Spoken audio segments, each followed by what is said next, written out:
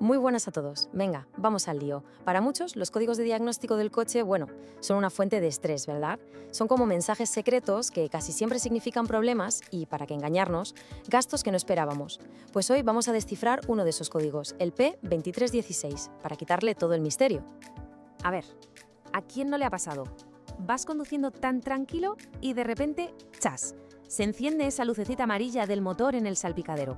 Es una sensación que te hiela un poco la sangre, ¿a que sí? Y en ese segundo ya estás pensando, ¿será grave? ¿Cuánto me va a costar esta broma? Bueno, pues si después de ese susto conectamos un escáner OBD2 y lo que aparece es el código P2316, ya tenemos una pista muy clara. Este código es el protagonista de hoy y vamos a desmenuzarlo para entender exactamente qué le está pasando al coche y, lo más importante, cómo podemos solucionarlo. Bien, empecemos por el principio. ¿Qué nos está intentando decir el coche con este código? Esto es, digamos, la primera alerta, el mensaje directo que nos manda el ordenador de a bordo.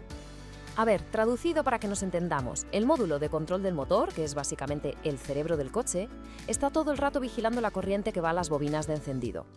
Estas bobinas son las que crean la chispa para que el motor funcione. Si este cerebro detecta que el voltaje en uno de esos circuitos es más alto de lo normal, ¡pum!, activa la alerta P2316. O sea, es una señal clarísima de que hay un problema eléctrico en el sistema de encendido. Y ahora, ojo, que aquí viene lo interesante.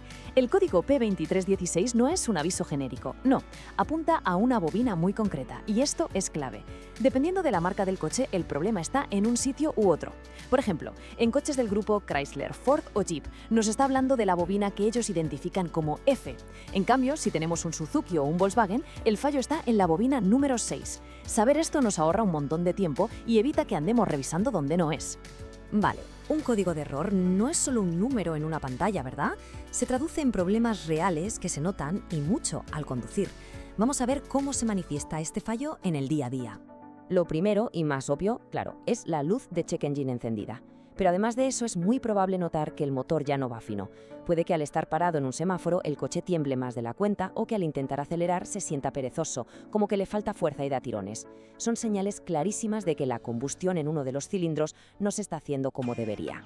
Muy bien, con la alerta y los síntomas ya identificados, nos ponemos la gorra de detective. ¿Quién es el culpable? Pues mirad, aquí tenemos a los sospechosos más habituales que provocan el código P2316. En la inmensa mayoría de los casos, el problema va a estar en uno de estos tres puntos. El sospechoso número 1 casi siempre es la propia bobina de encendido, que simplemente se ha estropeado. Pero cuidado, no hay que lanzarse a cambiarla sin más, porque el fallo también puede estar en el cableado que va hacia ella, que puede estar cortado o haciendo un cortocircuito. Y a veces, y esto pasa más de lo que parece, la solución es tan tonta como una mala conexión, ya sea por pines doblados, óxido o suciedad en el conector. Nunca hay que subestimar estas cosas.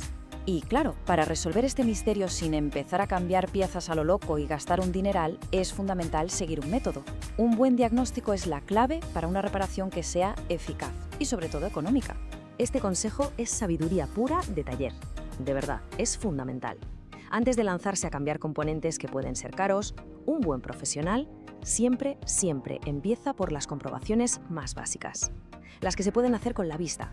Esto ahorra tiempo, dinero y muchísimos dolores de cabeza. Este es el plan de acción perfecto. Se empieza con una inspección visual, mirando con detalle el cableado y los conectores de esa bobina en concreto. Si todo parece estar bien, pasamos a mirar los pines del conector a ver si hay corrosión. Después, con un multímetro, se mide la resistencia de la bobina para ver si da los valores correctos. Si aún así no encontramos nada, toca seguir el cableado. Y como prueba final, la definitiva es intercambiar esa bobina por otra que sabemos que funciona bien. Si el fallo se mueve con la bobina, ¡bingo!, ya tenemos al culpable. Y esto lo ilustra a la perfección.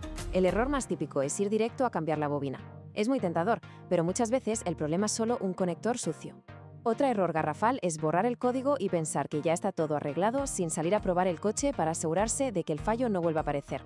Por eso, lo más importante es ser metódico y seguir el proceso para no tirar el dinero. Bueno, y una vez que hemos completado toda la investigación, llegamos al veredicto final. Ahora toca hablar de las soluciones y, sobre todo, de por qué no se debe ignorar este código de error bajo ningún concepto. Dejar pasar este problema es un riesgo que puede salir muy, pero que muy caro.